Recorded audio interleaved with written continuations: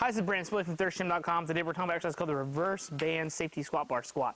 This is a great way to aid your squat and build your back squat strength, especially if you happen to be like a power lifter, strong man, maybe even a bodybuilder. It's a great way to really develop your lower body strength. We're going to set the bands up here, so I'm briefly going to discuss how we have the band set up. I've got my band here choked around my band pegs to where I basically make a giant triangle where one point's here to the sleeve and the other two are up there. The other thing you can do if you don't have band pegs is you can just choke the band through itself and then pull it down to the sleeve, and that should get you taken care of. Now, the reason you're going to use reverse bands is to get an overload aspect to the exercise. So the bands are going to be able to let you handle more weight at the top than you traditionally would without them. So it's going to help build that confidence and stimulate your nervous system to be able to handle those loads hopefully in the future.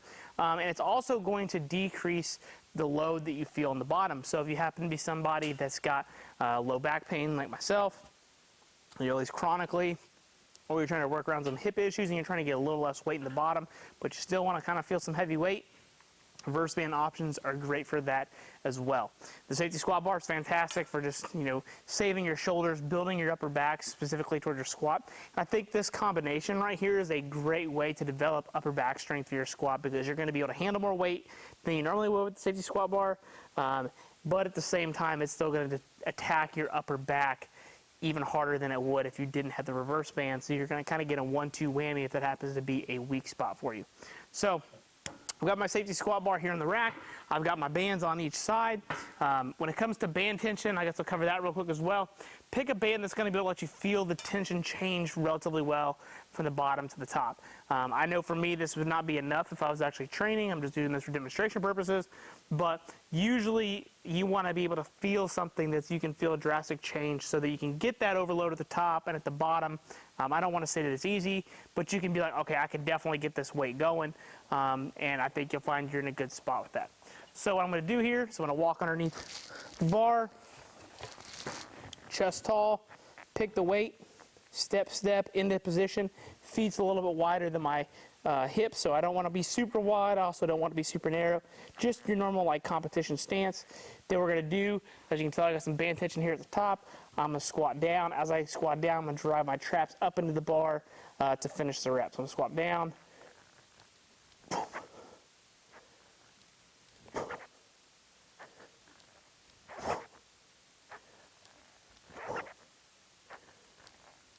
Then rack. So big thing when we're squatting, we want to make sure we go down to about 90 degrees. We want to make sure we break depth if you're a competitive power lifter. We want to make sure we keep our foot evenly distributed on the ground. So we want to be able to feel our big toe, our pinky, our heel, our whole foot on the floor. I want to make sure that I can push the ground away as I do that. Make sure I'm not coming up on my toes. And then as I come out of the bottom, safety squat bar does a great job of this by just teaching you this naturally. We want to drive our upper back into the pad to be able to come out of the bottom. That's going to be incredibly important with this particular variation.